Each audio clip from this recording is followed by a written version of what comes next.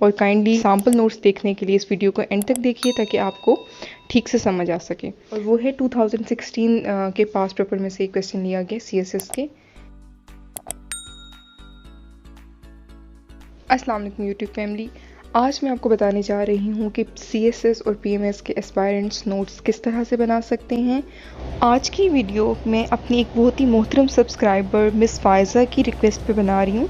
इसी तरह से अगर आप लोग चाहते हैं कि मैं किसी पर्टिकुलर टॉपिक पे बात करूँ या लेक्चर दूँ, आप कमेंट सेक्शन में रिकमेंड कर सकते हैं। और आई नो कि CSS PMS एस्पायरेंट्स इस बारे में कंफ्यूज ही रहते हैं कि हाउ टू मेक नोट्स और कहाँ से एक स्टार्ट लिया जाए, कहाँ से एक फ्रेश स्टार्ट लिया जाए, क्योंकि नोट्स बनाना एक ऐसा अमल है जहाँ पे आप CSS की प्रैक्टिकली तैयारी स्टार्ट कर देते हैं इन एक्चुअल। क्योंकि ऑब्वियसली प्री प्रिपरेशन स्टेज में तो यही होता है कि आप पहले उसके बारे में इंफॉर्मेशन गैदर करते हैं कि CSS है क्या, टोटल सब्जेक्ट्स क्या होते हैं, ऑप्शनल सब्जेक्ट्स क्या आपने चूज़ करने हैं। और इन सब मराहल से गुजरने के बाद जब मरहला आता है प्रिपरेशन का, तो प्रिपरेशन के फ़र्स्ट स्टेप में ऑब्वियसली नोट्स मेकिंग जो है वो फर्स्ट स्टेप होता है। और इसी में ही काफ़ी ज़्यादा एस्पायरेंट्स कंफ्यूज रहते हैं और इसी कन्फ्यूजन में वो क्या करते हैं कि काफ़ी ज़्यादा मंथ्स वो इसी में ही वेस्ट कर देते हैं। तो अभी आप लोगों के पास एम्पल टाइम मौजूद है और इंशाल्लाह मैं आपको सारा समझाने की कोशिश करूँगी कि नोट्स किस तरह से बनाए जाते हैं। और काइंडली सैम्पल नोट्स देखने के लिए इस वीडियो को एंड तक देखिए ताकि आपको ठीक से समझ आ सके जो मैं समझाना चाह रही हूँ। तो सबसे पहले तो आपने दो किस्म के नोट्स बनाने हैं। एक आपने बनाने हैं हर सब्जेक्ट के, एक आपने बनाने हैं डिटेल्ड नोट्स और एक आपने बनाने हैं शॉर्ट नोट्स, जिसको वन लाइनर नोट्स भी कहा जाता है। क्योंकि अगर आप शॉर्ट नोट्स नहीं बनाएंगे देन रिवीजन बहुत ही आपके लिए एक नामुमकिन सा अमल हो जाएगा। और आप सब भी जानते हैं कि लंबे लंबे जो डिटेल्ड नोट्स होते हैं उनकी रिवीजन करना भी उतना ही लंबा काम होता है।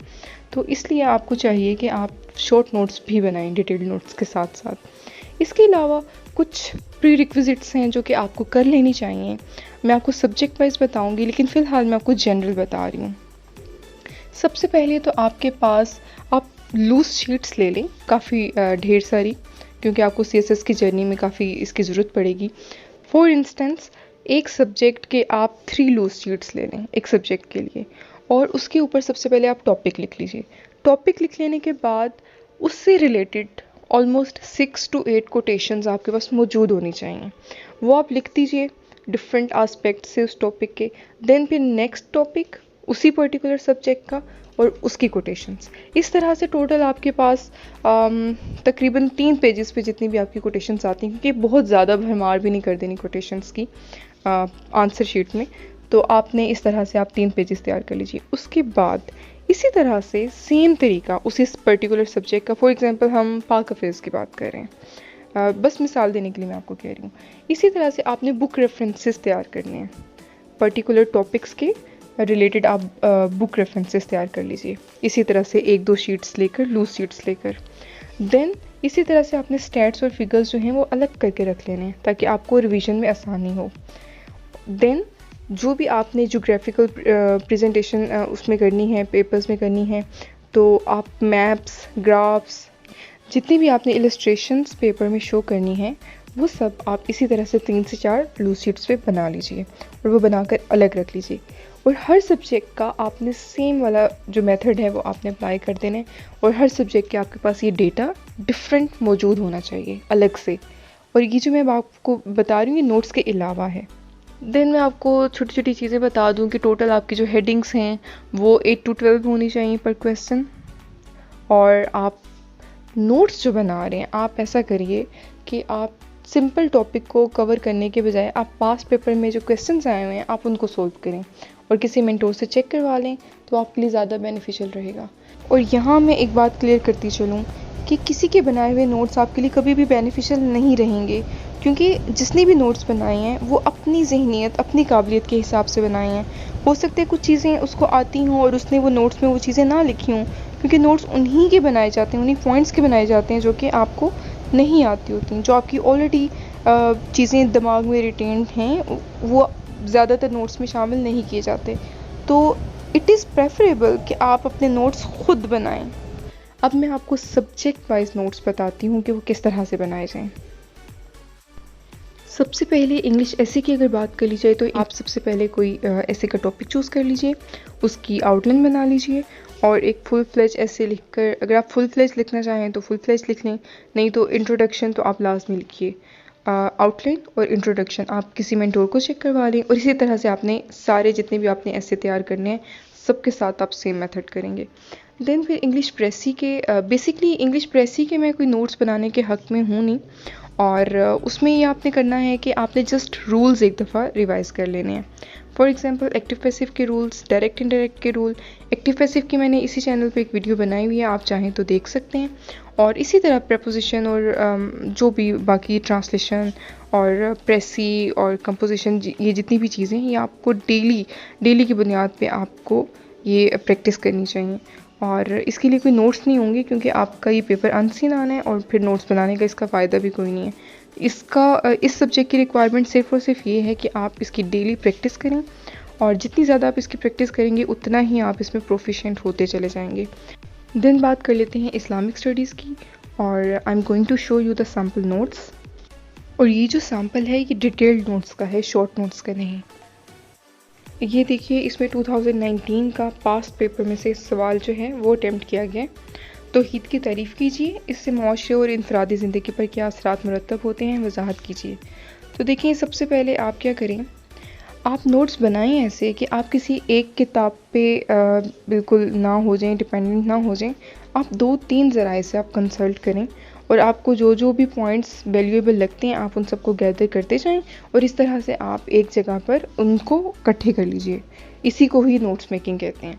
तो देखिए, सबसे पहले तारुफ आपने इतना छोटा नहीं देना, ये तो जस्ट एक सैम्पल नोट्स हैं। आप लोगों ने पेपर में जब लिखना है तो आपने डिटेल से लिखना है। तौहीद का मानी व मफ़हूम बयान किया गया है, तौहीद की तारीफ़ बयान की गई है।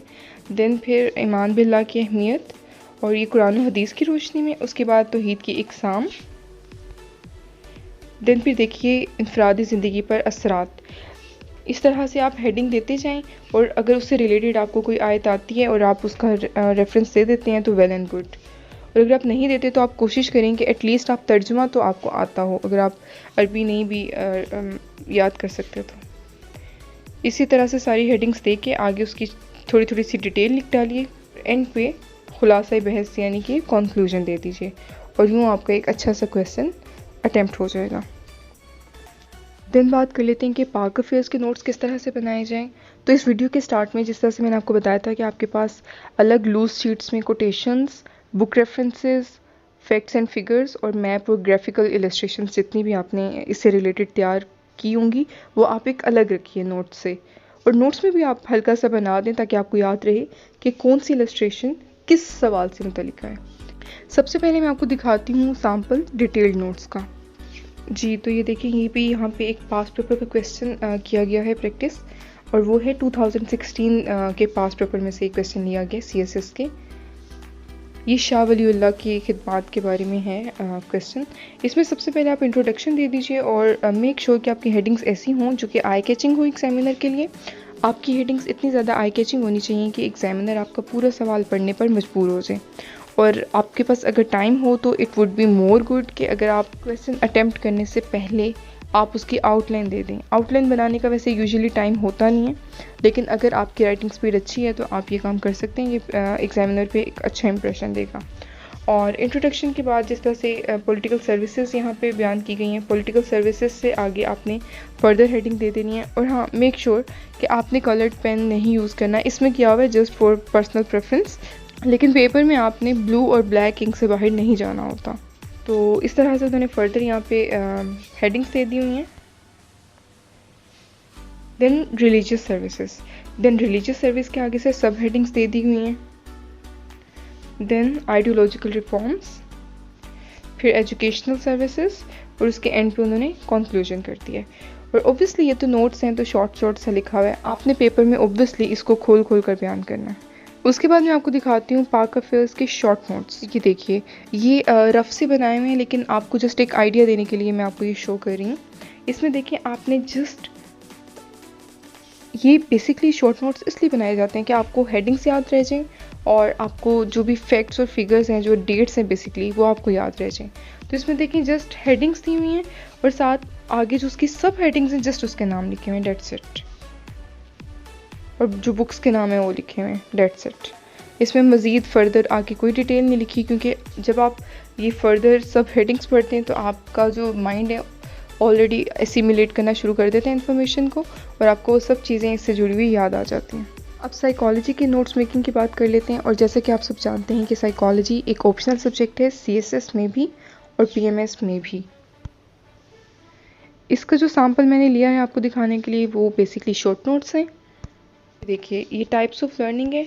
आप इस तरह से नोट्स बना सकते हैं कि आप एक साइड पे यूँ ऐसे कॉलम्स बनाकर आप लर्निंग टाइप लिखिए, देन फिर वो किसने पेश की, फाउंडर कौन था आप वो लिखिए, देन जो भी एक्सपेरिमेंट्स उस पर हुए आप वो लिख सकते हैं। उसके बाद उसका जो बेसिक प्रोसेसेस हैं वो आप लिख सकते हैं। ये जस्ट एग्जाम्पल है, आप चाहें तो उसको फॉलो कर सकते हैं। क्रिमिनोलॉजी के सैम्पल नोट्स में अब आपको दिखाती हूँ, और ऑब्वियसली ये भी डिटेल्ड नोट्स का सैम्पल है। और ये टॉपिक है साइबर क्राइम का। इसमें सबसे पहले डेफिनेशन आ गई, कैटेगरीज आ गई, टाइप्स आ गई, और ये मैंने कुछ इसमें ऐड भी की हुई हैं। इम्पैक्ट्स आ गए,